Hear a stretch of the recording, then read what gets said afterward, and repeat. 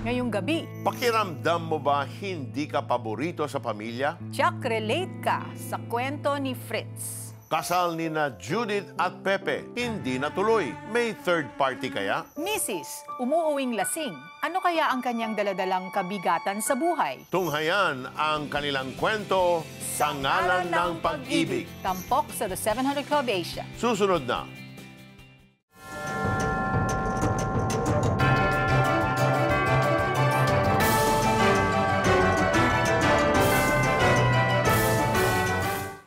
Pangwalo sa siyam na magkakapatid si Fritz. Pakiramdam niya, ang kuya lamang niya ang paborito ng pamilya. Akala ko noon, talagang siya yung kontrabida, siya yung kaagaw ko sa pagmamahal. Kasi lagi siyang prioridad, lagi siyang binibigyan ng pansin. Samantalang ako kasi hindi nangyayari yun. Bihira. Kadalasan, ang inaasahang kalinga mula sa ama ay nasusuklian ng uot at galit. Pag may nawawalang bagay at may pinahanap sa'yo, talagang buong araw matuturiti ka sa paghanap. Dahil sa nervyos na talagang mararamdaman mo, dahil napaka-disiplinary ng tao yun. Hindi lang, stricto siya talaga. Dulot ng kahirapan, pinaghiwa-hiwalay si Fritz at ang kanyang mga kapatid sa kanilang mga kamag-anak upang maipagpatuloy ang kanilang pag-aaral. Kailangan kong gampanan at manilbihan. Sa kabila ng minsan ang tingin sa'yo ay medyo hindi maganda. Pero dahil sa tingin ko, dahil kamag-anak naman, tinatanggap ko na lang yon. Of course, ang sa isip ko noon, bakit kaya ako dito nilagay? Pwede naman ako magtiis sa bahay. O kaya hindi na lang mag-aral para makatulong doon. Huwag lang akong malayo. So parang andun yung damdamin na medyo nasasaktan ka, nagpag-isip ka na parang, bakit nga ba nilalayo nila ako? Lumipas ang ilang taon. Isa sa mga kuya ni Fritz ang nangakong susuporta sa kanyang pag-aaral. Mula sa bahay ng kamag-anak, ay lumipat si Fritz sa bahay ng matalik na kaibigan ng kanyang kuya. Yung expectation na maging maganda sana yung kahantungan, well provided na yung financial na pangangailangan ko. Nagpapadala ng pera ang kanyang kuya, pero may bawas na ito kung makarating sa kanya. Napag-alaman ni Fritz na ginagamit pala itong pambili ng paninda sa sari-sari store. Meron yung sa isip ko na yung pagre-rebelde. So ginagawa ko minsan ay tinatakasan ko. Kumbaga sana hindi ko ginagawa yung pinapagawa nila. Habang nasa ganitong sitwasyon, ay napansin ni Fritz ang isang bagay sa kanyang kwarto. There was a situation na nasa great need ako Napagbukas ko ng Bible, nagtataka nga ako kung bakit yung Matthew 7:7, yun lang ang nakikita ko. Humihingi ako ngayon, kailangan ko sa Monday, Friday na ngayon, kailangan ko sa Monday pambili ng sapatos. Sabi ko kung totoo ka. I was challenging that word of God, the Bible. Kinabukasan, isang liham ang natanggap ni Fritz mula sa isang kamag-anak. So I'm not expecting anything. Hindi, yung letter, pangamusta. Paghugot ko ng sobre, sabi ko, may dollar. Sabi ko, totoo ka. Dahil sinagot mo yung hiningi ko. Dahil hindi na matiis ang pagtitipid sa kanya, lumipat si Fritz sa bahay ng isa niyang kaibigan. Sa pamilya, hindi may iwasan ng kakaproblema. Minsan nagtatalo-talo. So, ako kasi yung tao na kapag may nag-aaway-aaway, ayaw ko nakakarinig noon. Umaalis ako. Sa araw ring yun, ay isang gawain ang napuntahan ni Fritz. At narinig niya ang salita tungkol sa pagmamahal ng Diyos. Kung sino dyan na naghahanap ng pagmamahal ng isang tatay at narito ang ating Panginoon ay hindi ka tatangyan, yayakapin ka niya. Kung gusto mo makaramdam ng tunay na pagmamahal. Talagang naiiyak ako kasi nga I'm seeking for the love of the Father. Matapos maranasan ni Fritz ang pagmamahal ng Diyos, ay unti-unting nagbago ang kanyang buhay. Binalikan niya ang kanyang kapatid na dati akala niya ay paborito ng kanyang ama.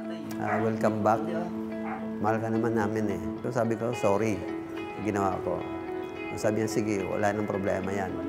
Basta ayusin mo na yung sarili mo, magpatuloy ka sa pag-aaral mo. Masaya ako noon that time dahil personally talaga na pumunta din sa tatay. Hindi ko na-expect na nandoon siya, na lumuwas siya galing probinsya. Hindi nagtagal. Natapos ni Fritz ang kanyang pag-aaral sa kolehiyo at nakakuha ng trabaho bilang isang provision master sa barko. Ngayon, bit-bit ang natutunan sa buhay. Hangad ni Fritz na ipamulat ang pag-ibig sa kanyang pamilya. Ang pag-ibig na natagpuan niya kay Jesus. Thank God na siya yung naging asawa ko. Parang yung anong kulang talagang sa akin as sa personality ko. Makukomplete ni Pastor. He's a pastor na sa pamilya nag-aalaga. Hindi sila nag-feel na ipakita sa akin at ituro sa akin kung ano dapat maging ako in the future, na always be a better person for others and for God. Kung hanapin mo yung pag-ibig na nandito sa mundo, hindi, walang kasapatan eh. Pero nakita ko lang ang isang pag-ibig na nagbigay sa akin ng tunay na Ama sa langit, na kung saan there is no question to ask. Sapat na para sa akin yung pag-ibig na yun. Wow, you know, Peter, naalala ko yung mga kwento sa Bible kasi maraming stories doon where yung parents nagkakaroon ng favorite, tapos hindi maganda nagiging resulta talaga, no? Talagang hindi talaga ganon ang design ni God na that we will make a child feel left out, you know? And yun ang nangyari sa buhay ni Fritz. And because of that, diba, hinahanap niya yon everywhere he goes. Dami niyang household na pinuntahan. Diba? And everywhere he went, it always fell short. Yeah. Until he experienced and knew the real love of God. Because God's love will search us out. God's love is never yung bang sabi mo, kulang, bitin. No. It is overflowing. In fact, He continues to love on us. Even when we fail, He continues to remain faithful in our lives. And perhaps you're watching right now, and you too. You've been longing for that love of a father. You've been longing for that love, that acceptance, that affirmation, that until now, you know, that's still an empty spot in your heart. Well, it's about time you come to Jesus, because He is the one who loves you the most. All it takes is a simple prayer. Will you pray with us and open your heart to Jesus Christ? Just say, "Dear Jesus, I'm so desperate to receive your love. I've been searching in so many places. And Lord, I can never find that love that truly satisfies, that love that truly affirms and calls me a child, a son, a daughter. Lord, I come to you and I bring you my shortcomings, my failings, all my failures, even my sin. I bring it to you and I ask for your forgiveness. I know that you died on the cross, and on that cross you shed your blood. You purchased me back. You died for my sins, paid in full, took away my shame, took away my guilt. And you said, it is finished. All I need to do is just say, yes, Lord, thank you. I receive you. So now I come to you and say, Lord, I invite you to be the Lord of my life. I invite you to be my Savior. Thank you for giving me a brand new start. I pray this prayer from my heart in the name of Jesus. Amen and amen. May mga nanonood sa atin, Peter, that are going through, siguro kagaya nung pinagdaanan ni Fritz. No, let's pray for them. There is someone watching right now na yun ang nararamdaman mo na paborito ng iba ang iyong mga magulang. You know, the Lord is saying, what is most important is what I think of you. Kung ikaw ay nanalangin at isinuko mo ang buhay sa Panginoon, the Lord is promising you a wonderful, beautiful, long-lasting relationship kung saan ipapakita niya sa iyo na ikaw ay mahalaga. That He will show you that you are His favorite. Kaya tanggapin mo yan ngayon sa puso mo. Do not think of what other people are saying. Focus on what God thinks about you. And the Lord said, open His Word, because that's where you're going to see how much you are worth to Him, our Lord and our Savior.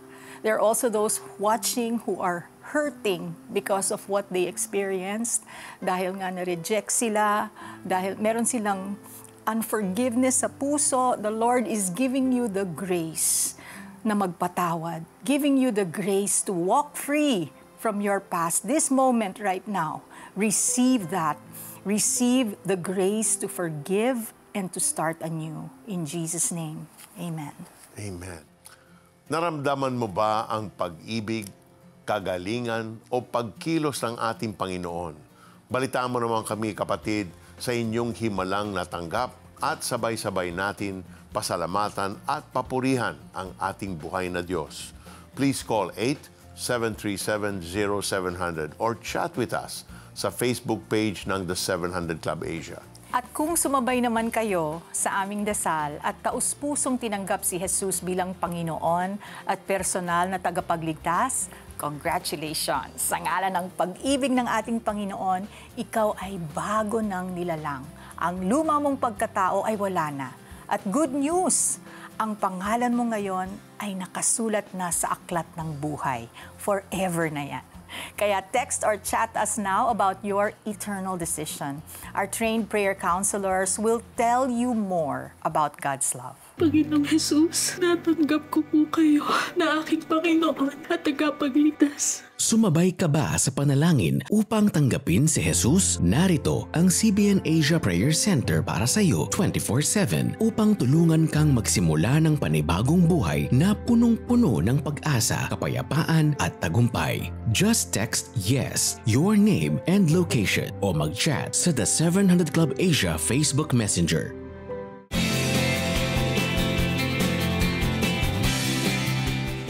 John Paulo grew up in the streets and experienced a harsh life sniffing solvents. Yung napapaaway kami madalas. Tapos na-DSWD kami ng paulit-ulit. Pag nakikita ko silang walang kain, ganito, ganyan, maasa sa junction. Parang naisip ko, parang bumabalik na unti-unti. Kung ano kami sa lansangan noon na, parang nababalik ngayon. His life changed through Operation Blessing's Bridge of Hope project. He was trained and provided a food cart livelihood package. Nagpapasalamat ako sa lahat tumulong ito dahil kung wala ito, hindi rin kami makakasurvive araw-araw. Kaya nagpapasalamat po ako sa lahat ng tumulong. Your giving has brought lasting change in Paulo's life. There are so many more street kids wandering aimlessly. I challenge you to partner with CBN Asia now so we can rescue them and by God's grace bring hope and destiny into their lives. Call the numbers being flashed on your screen or scan the CBN Asia QR code. Ang word ni Lord ay isang tanglaw. Ilaw kapag madilim para di ka maligaw. The best kung babasahin mo araw-araw. Ito ang Tanglaw, a devotional app where you can read and listen to God's Word anytime and anywhere. Madaming lessons and memes na madaling i-share. Made for you by friends who care. Get the Tanglaw app.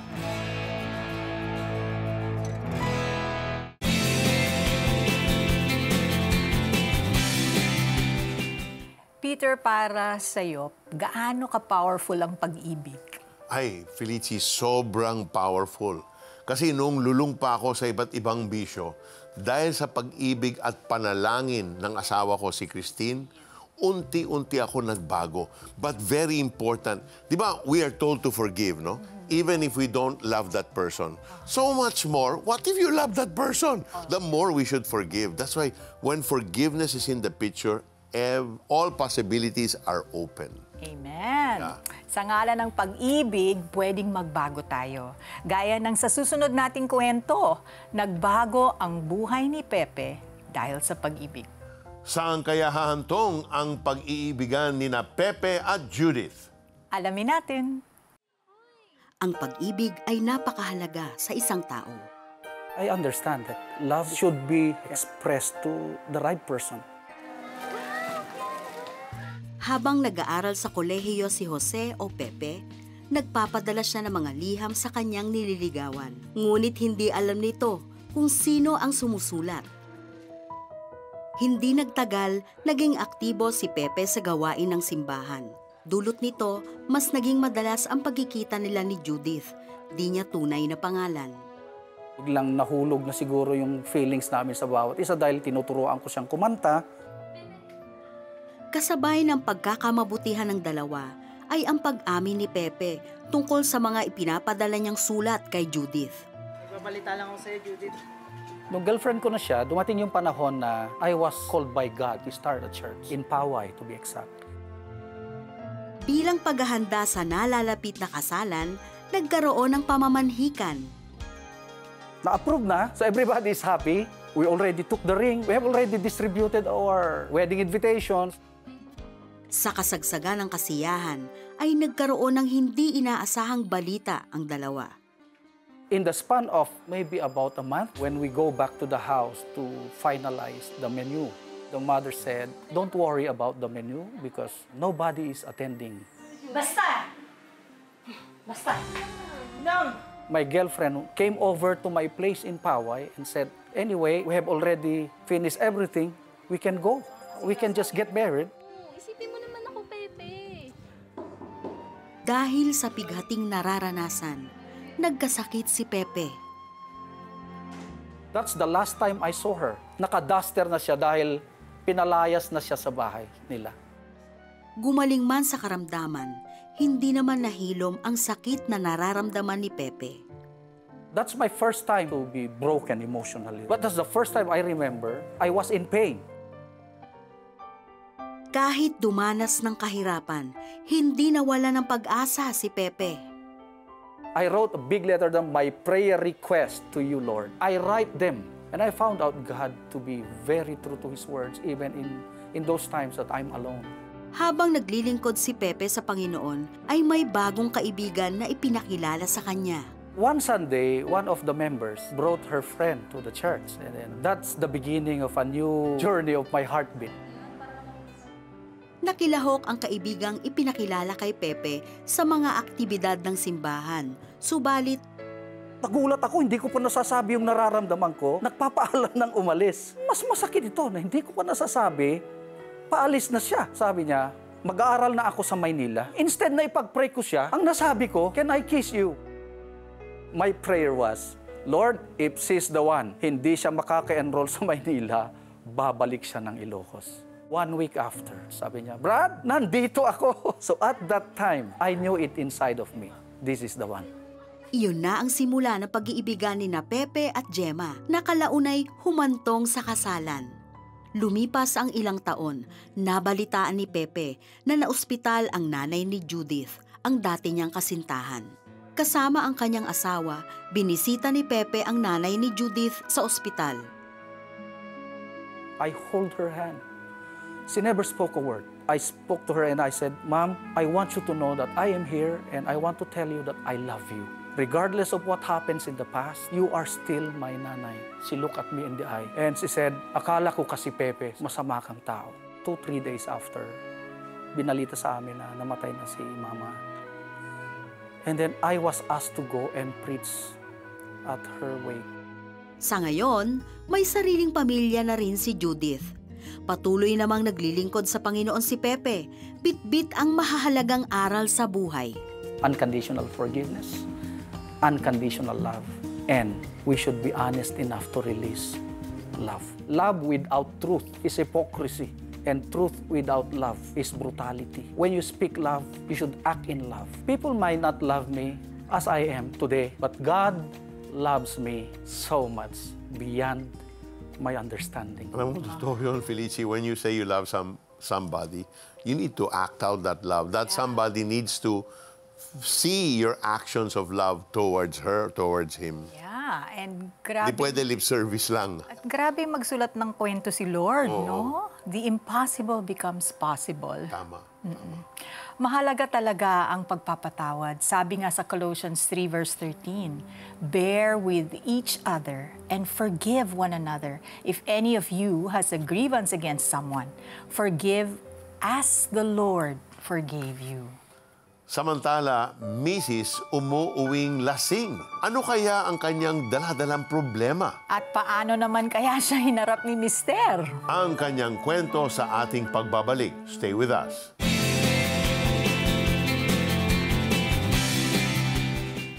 Developing the habit of generosity is easier with GCash scheduled transfers. On your GCash app, tap Transfer. On the bank transfer page, tap Add Account. Select BDO. Create a nickname. Enter the account name, CBN Asia Incorporated. The account number 003000055 and your email address. At the bottom of the screen, tap Add New Schedule. Choose to donate weekly or monthly. Select your preferred date. Input the amount of your donation. Tap Next. Review details, then tap Confirm. Good will come to those who are generous. Become a CBN Asia partner today.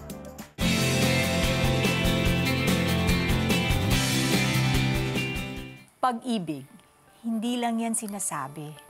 Mas mainam kung idaan natin sa gawa. Gaya sa ginagawa ng ating humanitarian arm, Operation Blessing. Kamakailan lang ay pumunta ang grupo sa Luciana, Laguna para tumulong. Sa pakikipagbayanihan ng JIL Luciana, nagsagawa ang grupo ng libreng medical check-up at dental extraction. Namigay din sila ng reading glasses, gamot at Biblia. And one of our beneficiaries was Asuncion Romulo, 78 years old, who had a condition of heart enlargement. She underwent ECG for free. Additionally, upon checkup, the doctors observed that she has hypertension, which she didn't even know beforehand. Naging normal naman ang kanyang ECG. At matapos ang kanyang medical checkup, binigyan siya ng Operation Blessing ng libreng gamot para sa kanyang agarang paggaling. Kaya malaking pasasalamat ni Asuncion sa Panginoon at sa Operation Blessing. Isa lamang si Asuncion sa sama-sama nating natulungan. Nagiging posible ang lahat dahil sa inyong tapat na suporta sa gawain ng Diyos sa Operation Blessing.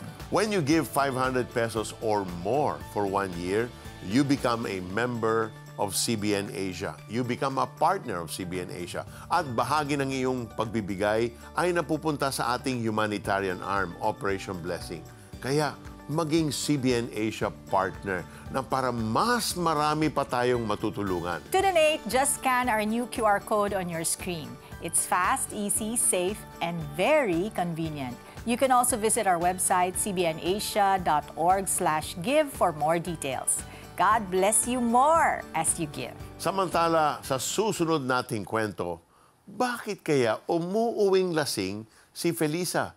At paano naman kaya siya sinasalubong ng kanyang asawa? Tunghayan natin ang kanyang kwento. Naiisip ko po, bakit ako ganito iba kesa sa kanila? Bakit ako hindi kumpleto yung family ko? Sa ganitong kalagayan ko, parang mas maganda sana kung kumpleto kami talaga. Dahil sa kondisyon na polio, madalas pinipili ni Felisa na mapag-isa. Ayoko po ng mga tao na titignan po ako habang naglalakad po ako.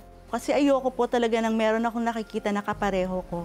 Sa gitna ng ganitong kalagayan, binusog naman si Felisa ng pagmamahal ng kanyang kinikilalang ina. Napaka-supportive niya po sa akin at sobrang ingat po niya sa akin. Lahat po ng mga kilos ko magmula talaga na parang akala mo talagang anak niya ako. Subalit dahil pa rin sa kabigatan ng kanyang kondisyon, ay tinangka niyang magpakamatay ng ilang beses. So habang ginagawa ko yun, nagpe-pray pa rin ako. Humihingi pa rin ako ng sorry na patawarin niya ako sa naiisip ko sa pangalawang pagkakataon. Kaso habang ginagawa ko yun, naghahantay ako, ba't parang wala pa? Hindi ko alam kung saan napunta yung 14 na karayom na kinain ko. Nang makaligtas, hinarap ni Felisa ang bagong yugto ng kanyang buhay. Sa paglipas ng panahon, umibig siya at nakapag-asawa. At sa tulong ng kanyang asawa, ay nakilala ni Felisa si Jesus na tinanggap niya bilang Diyos at sariling tagapagligtas. Ang mga natutunan ko po dun sa church na yon, ang Diyos po ay buhay at hindi po siya nagpapabaya sa mga tao na patuloy na humahanap po para sa Kanya. Ngunit hindi ganun kadali ang pagbabago para kay Felisa. Araw-araw po after ko umuwi, nabaliktad po, ako po yung umuwi ng lasing. Sabi po ng husband ko, parang baliktad yata, bakit ikaw yung araw-araw na umuwi ng lasing? Sa tulong ng Panginoon at mapagmahal na asawa, unti-unting tinahak ni Felisa ang landas ng pagbabago. Ngunit, bakit bibigyan mo ako ng masayang family pagkatapos babawiin mo? Nagkasakit at namatay ang kanyang asawa. Nagtanong na naman ako sa Panginoon, bakit mo siya kinuha? Hindi naman siya masamang tao. Wala naman kami tinatapakan ng mga ibang tao. Napakasaya po ng family. Binigay mo na nga po sa akin lahat eh. Doon po nag-start na, nagtampo po ako talaga kay Lord. Hindi po ako nag-church. Sa kabila ng nangyari, lakas loob na tinaguyod ni Felisa ang kanyang pamilya. Nagsumikap siya at nagtrabaho. Subalit, panibagong trahedya naman ang kanyang dinanas. Nabali po yung tuhod ko, nakahiwalay po siya, parang ang nagdidikit na lang po yung parang laman po. So pagkakita ko doon, yung feeling ko, agad naisip ko na agad, paano na naman? Sabi ko, Lord, bakit naman ganito? Bakit nung meron nga pong trabaho ako, parang ang hirap na, paano na ngayon yung next na to? Sa gitna ng sunod-sunod na dagok sa kanyang buhay, isang kaibigan ang tumulong sa kanya para muling manumbalik ang kanyang pananampalataya at pag-asa sa Diyos. Kaya nga po mapapaisip ka, gumagamit talaga si Lord ng mga ibang tao para po ma-feel ko na hindi niya po talaga kami iniwan. Isang talata rin sa Biblia ang lalong nagpatibay ng kanyang pananalig sa Panginoon. Ang lumabas po talaga yung 1 Corinthians 10:13 po. Hindi ka bibigyan ng pagsubok ng Panginoon na hindi mo kakayanin. Bibigyan ka po niya ng kalakasan na mapagtagumpayan mo po. Simula noon ay nag-iba na ang landas ng buhay ni Felisa. Lahat po ng mga bagay na dati pong mga katanungan ko, parang lahat po nabigyan ng kasagutan. Kasi yung pong mga time na akala ko, nag-iisa ako. Akala ko hindi ko kaya. Lahat po yan, binigyan niya po ng kasagutan.